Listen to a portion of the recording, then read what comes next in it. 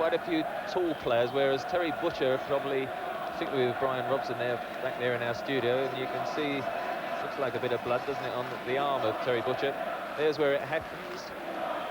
Looked like the back of the Sweden player's head that called him. But Terry Butcher really is our key player in defence and attack, really, in the end. No one particularly, as I say, with Brian Robson out, is very good in the air. So we don't want to concede too many set pieces. Let's hope he's going to be okay.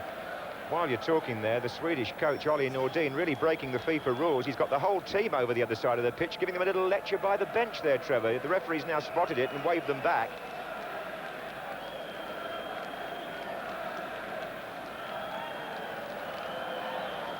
I think Paul Parker's just warming up on the touchline there, over the back there, but hopefully it's not as serious as that, particularly with Terry Butcher being given the honour of captaining his side. He's a very patriotic player, and he wouldn't want to miss this one. No, 26 minutes gone. We're stopped here for an injury to the England captain and number 6. On that point of Paul Parker, he was picked as the defensive substitute because he can cover all back four positions, in preference, that is, to Tony Adams, who's also with the party. But Butcher's been bandaged up by Fred Street and Norman Medhurst. So we've seen centre-backs with headbands before, and Terry's going to soldier on, and you can see some blood around there. He's had a nasty facial injury before in his career when he was with Ipswich, in fact a very serious one, so that by comparison will be almost minor, I would think. But anyway, let's hope it doesn't unsettle him too much. Walker on the ball. Anybody who's coming in and just joining the match at this minute, 27.5 minutes gone in the first half. Sweden 0, England 0. England perhaps with the two biggest threats on goal so far. Lineker crowded out and McMahon just over the bar. Hussein with the header. 10 against Barnes. And then Pearson strongly.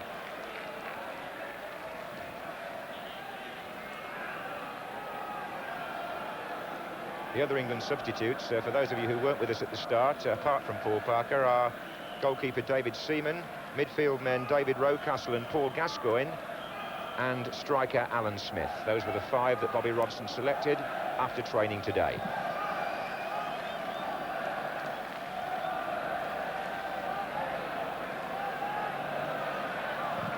There's Butcher, and here's Lineker, being shadowed by Peter Larsson. Enquist, Roland Nielsen, looking for Ekstrom. Flags up. Ball was out. Johnny Ekstrom, a player who's done well in the past against England, but he's not had the best of times club-wise the last year or two.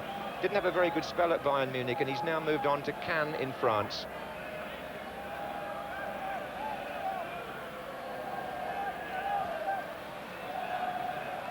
Here's Peter Larsson, who plays for Ajax.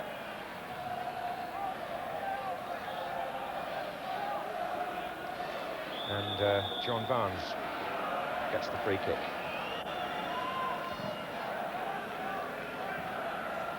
This is Stevens. Webb, Waddle. Again, the flank is pretty well closed off by Swedish defenders, which has been the pattern on both sides of the field up to now.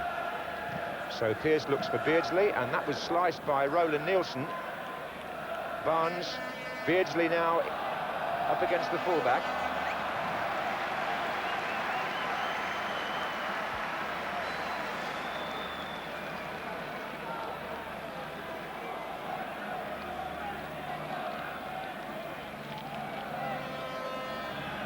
Pearce, Barnes, and they're climbing over him a bit there.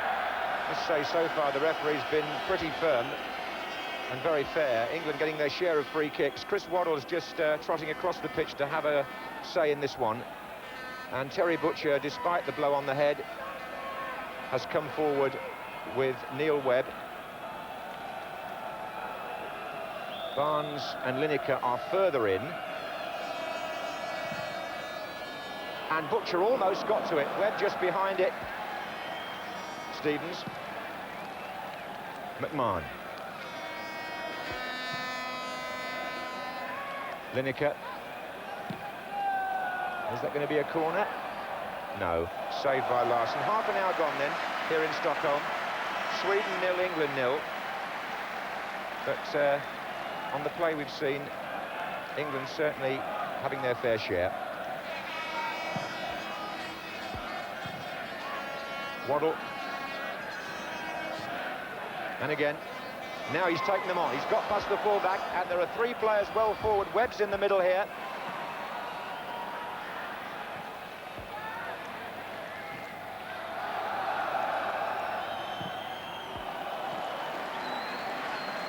Steve McMahon was holding the midfield position as Neil Webb went forward, and indeed Webb has stayed on the edge of the penalty area as Gary Stevens prepares to take the throw. Beardsley. Stevens again. Beardsley again. And Webb's up there still. And this time he's been penalised. Trevor. Well, Chris Waddle and John Barnes trying to get down the flanks. Chris Waddle had a slight opening down the right, and when he does play down that flank, he has a tendency sometimes then to come in on his favourite left foot, where perhaps just keeping it out wide and trying to get to the byline and getting the cross would have been a better option. But at the moment, Beardsley and Lineker also finding it difficult to get to and hold the play up, and really at the moment it's a bit of a stalemate. Good solid header there by Butcher, which suggests he's not suffering from the injury too badly. And that's Hussein pulled up for a foul on Lineker. Free kick to England. So Terry leading the side with typical determination after that blow following the collision. Here's Barnes. Pearce.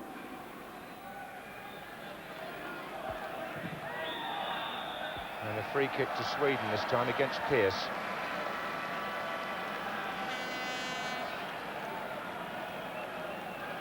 Swedes who haven't been in the World Cup finals since 1978 when they were in Argentina.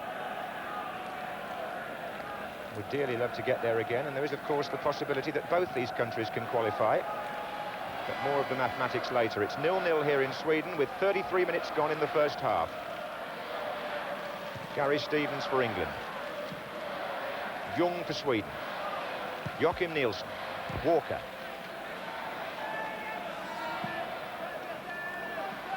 Free kick, Lineker, knocked over by Peter Larsson.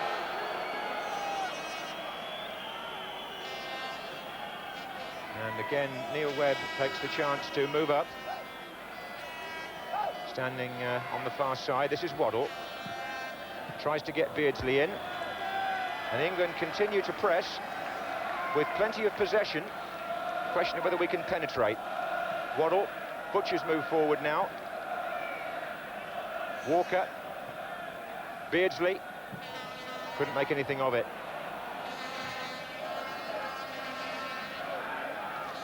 That's 10, having a good old battle with McMahon. Butcher to Stevens.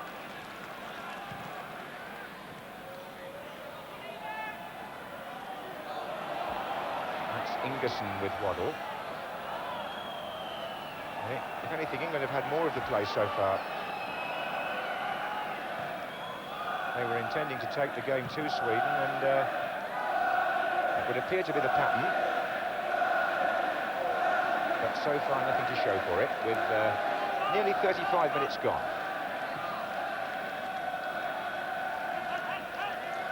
Sweden, as yet, haven't made a goal-scoring opportunity. Didn't make many at Wembley, if my memory serves me right. England had the chances that night, but couldn't put them away.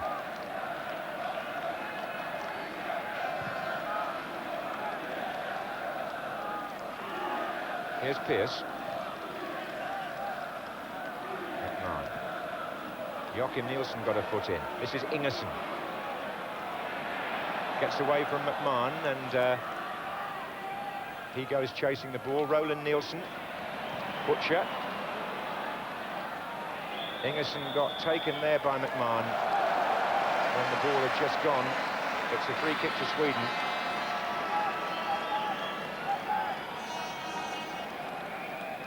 Glenn Hussein and Roger Young again making their way forward from the back. It'll be Jonas Tern to float it in.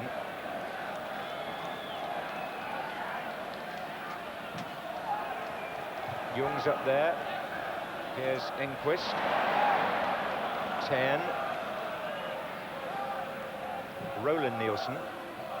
Oh, what a back heel by Glenn Hussein. This is Joachim Nielsen.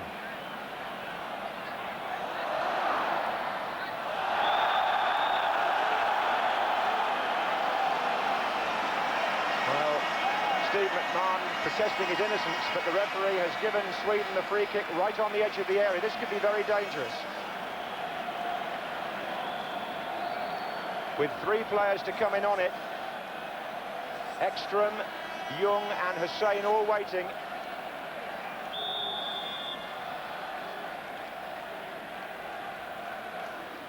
Tern curls it and safely over. Well, Tern jogging back, and that's a bit optimistic to expect to beat Peter Schulten from there, and the players who moved up for the cross weren't too impressed as they jogged back and let him know what they think.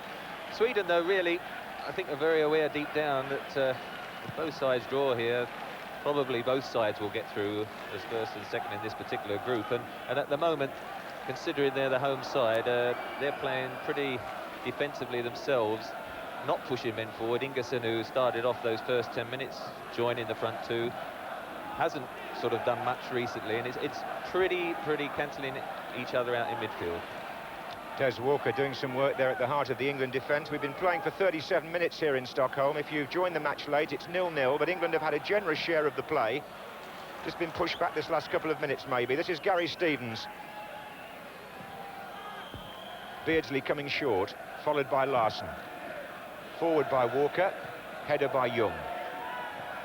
Stevens, Waddle.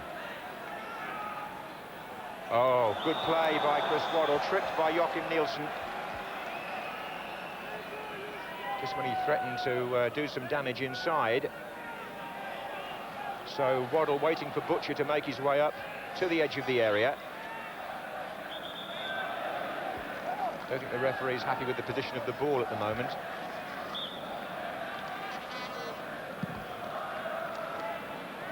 Here's Butcher.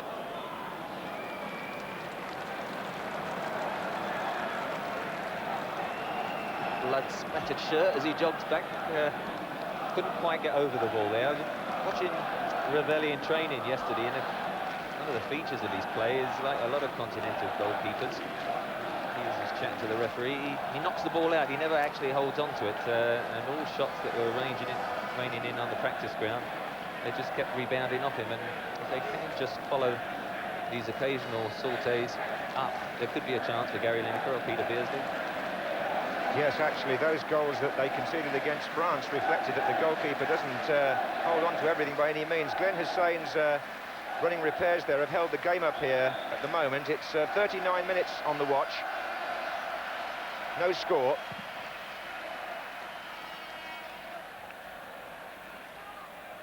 Ingerson for Sweden. It was a nice 1-2 between Ingerson and Tern. Really good football by the Swedes. He's got Enquist to his right, and the 2 strikers are waiting in the middle. Ekstrom and Magnusson, and here comes Magnusson and Gary Stevens having to take it away from him. It's a corner.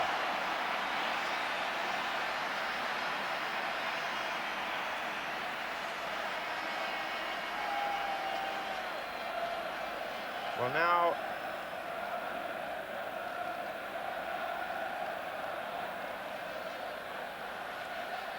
a real question here for England on defending at corners.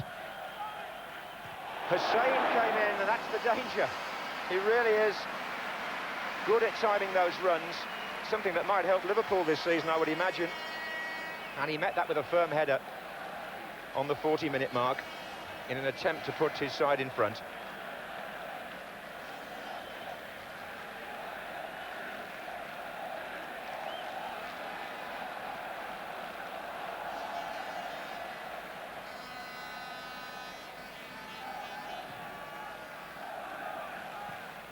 It's been a first half of few scoring opportunities.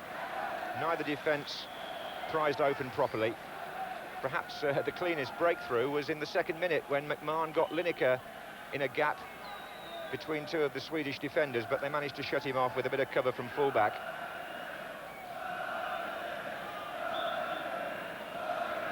And a tight match was anticipated, and that's exactly what we've got so far, with 4 minutes left in the first half.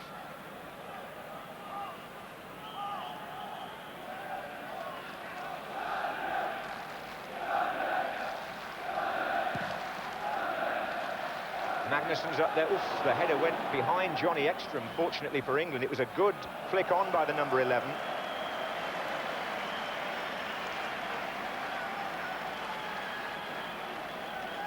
Fortunately, I'm pleased to report so far it's all quiet in the crowd.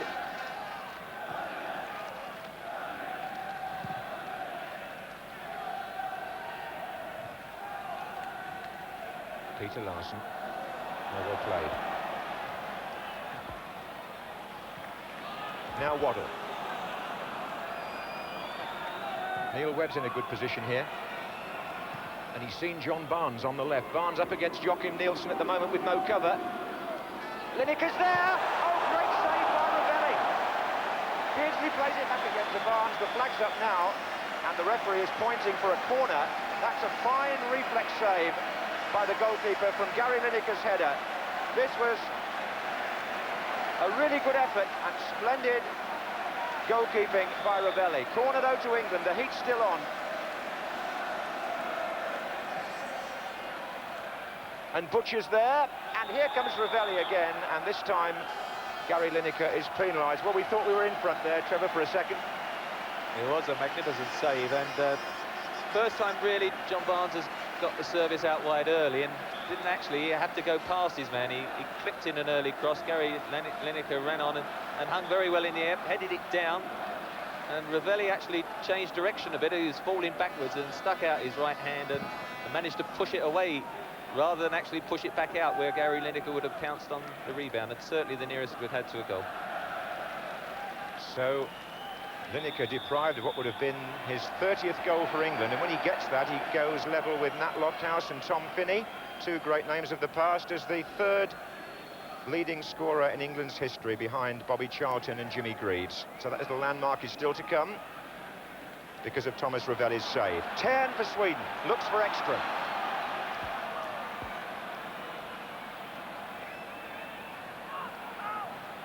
Roland Nielsen. Peter Larsson. Nice build-up this. Larsson again. Roland Nielsen. It's aimed at Mats Magnussen. And nicely tidied up there by McMahon, who's had a busy and effective first half in the England midfield, I would say. Interested to hear what the man he's standing in for feels about that back in London, but we've got just about a minute left in the first half. It's Sweden 0, England 0. And Peter Larsson clearing for Sweden. Well, what a good time this would be to score, and what a pity that header didn't go in from an England point of view. McMahon, Stevens. Walker. What are your impressions overall of the half, Trevor? Well, it's a half that perhaps isn't high on entertainment, but is very high on tension, and both sides conscious that they don't want to fall behind, and really at that stage, I think Terry Butcher explained he doesn't want to do anything silly with a minute to go before half-time, but you know, chances are going to be few and far between, and really Gary Lineker very unlucky with that header, and I think that's going to be how the match progresses, with chances at a premium. Right on half-time now, it's Sweden on the attack. Roland Nielsen supporting here, and so too was Enquist. That's dangerous, and Butcher's in there, and Chilton makes a fine save, and Walker clears.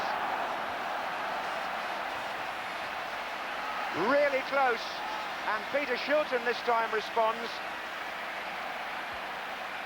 Joachim Nielsen and Enquist had the shot, and very, very near for Sweden in stoppage time at the end of the first half.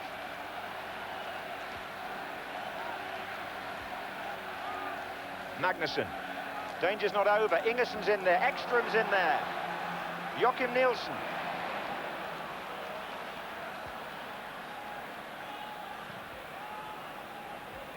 So the most excitement in the whole half coming in the last couple of minutes. Lineker close for England with a header, brilliantly saved, and then Shilton likewise responding to keep out that shot from Enquist. But it remains 0-0.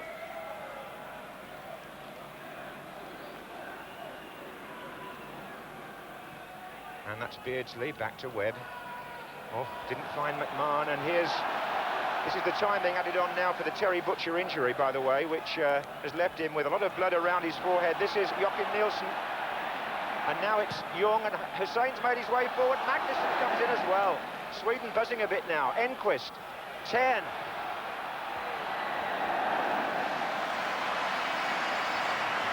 Strong finish to the half by the Swedes, Trevor. Well, nearly tempted Providence there, by suggesting that chances are at a premium. And within 30 seconds, Sweden nearly took the lead. Peter Shilton did very well because it came through an English defender as well. Reacted excellently, and both goalkeepers made telling saves at critical time just before the half-time break. Well, how often have we been grateful to Peter Shilton? 110 caps with tonight. His next landmark, the 119 that were achieved by Pat Jennings, the world record. But Shilton, on that form, still our number one, and hopefully looking towards the World Cup in Italy with his 40th birthday only 12 days away now. Referees played over 2 minutes of stoppage time because of the lengthy attention to Terry Butcher, but the half ends with a close shave at either end, some excellent goalkeeping, but no score, and England, who probably had more of the game than Sweden, go off at half-time with the situation very much the way we expected. A close match, not much space, not many chances, but what excitement there was came right at the end. The half-time score here in Stockholm, Sweden 0, England 0. Yes, both goalkeepers doing their stuff right at the end there. Brian, what did you make of that first half? Well, Sweden are making it really difficult for us to make it an entertaining game, because they're playing just the same way as that they played at Wembley. I mean, everybody's dropping back to within like 15 yards of the halfway line, and they're closing all the space for our forwards, for Barnsley and Chris Waddle, Peter and Gary. They're finding it difficult to get space. I mean, it's up to our back four, I think, to get the ball, play a bit of possession stuff along, and then when Sweden come out at us, then we play the ball forward and give Chris and Barnsley and them a bit more space to play in. Terry, were you expecting a bit more from Sweden, that they would offer a little more in attack? I think they've been concerned about England, and I think that particularly the wide midfield players, they're withdrawing back to stop our wide players, Barnes and Waddle. I think they look particularly worried about those. But like Brian says, they're just content to stay, and they want to hit us on the break. They're playing like they're playing an away game. Jimmy? And they're content with that. Yeah, obviously they respect England, you know, rather more maybe than we have done in the past, and as a result of that, I think they've treated us with as if we are world champions, which will help. I mean, good half. I feel much better now than I did at the start of the game. We're delighted to hear it. I know you like people to feel comfortable on the front. Of course, of course. Well, we'll look at some of those incidents in just a moment. But first, let's put you in the picture as far as World Cup qualification is concerned worldwide. 9 months and counting to World Cup 1990. Come Christmas, we'll know the qualifiers and who plays whom and where. Already a dozen of Italy's finest stadia have been spruced up for the big occasion. And a couple of dozen of Italy's finest players are being polished to the expected standards. Defensively, Italy will be tight. They always are. In attack, much will depend on Gianluca Vialli. Vialli, that's a good turn by Vialli. Can he make it this time? Goal! Vialli for Italy! Italy's problem will be the expectation of their fans, but most countries are still striving to qualify. In Europe, Group 1 is now a straight fight between Romania and Denmark. The Danes went dormant for a while, but woke up to score 7 against Greece. This one from Kent Nielsen, now of Aston Villa. and this one from Flemming Poulsen. Two teams qualify from the five-nation groups. In this one, the Soviet Union are favourites, with Austria hoping to squeeze Turkey out of second place. The Soviets, in white here, took pole position by beating Austria. Tonight they meet again, but now the venue is Vienna. Two of Europe's top dogs, Holland and West Germany, are in a four-team group. The winners will be okay, and there's a backdoor route which could save the runners-up, but there are no guarantees.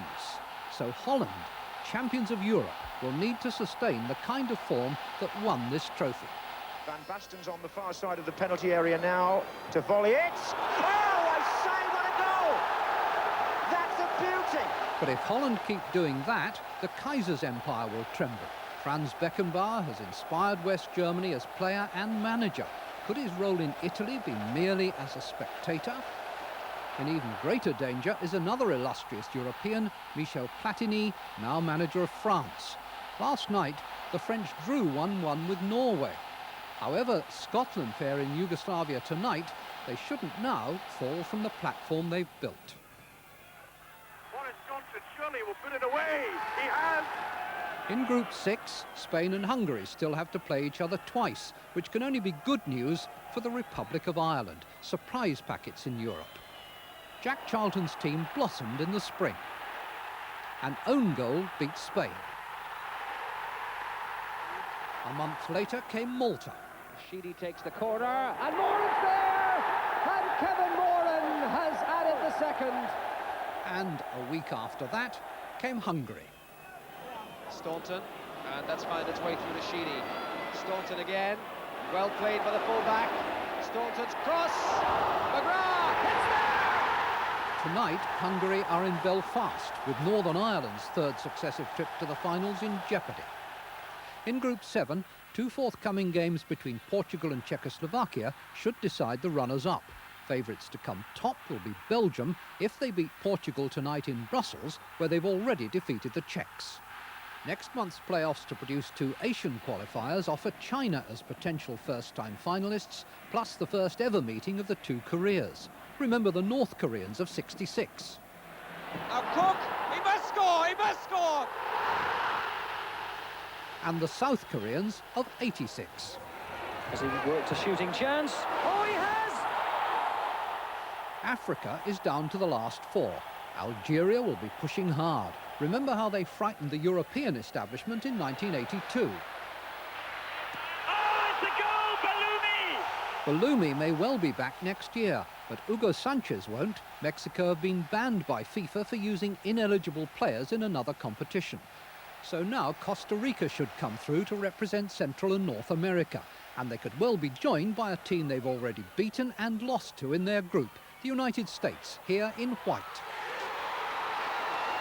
Israel get put in the Oceania group for political reasons, and this time they finished top. This goal in Australia clinched it for them. But they still have to meet the winners of South America's Group 2, probably Colombia, with the formidable skills of Valderrama. But as the table shows, Paraguay are by no means out of the reckoning. Bolivia lead Group 1, but their remaining games are both away, one in Uruguay, where they'll be pushed to repeat the win Ruben Sosa's goal gave them at home last Sunday. Brazil started their final game in Group 3 on Sunday, needing only a draw with Chile.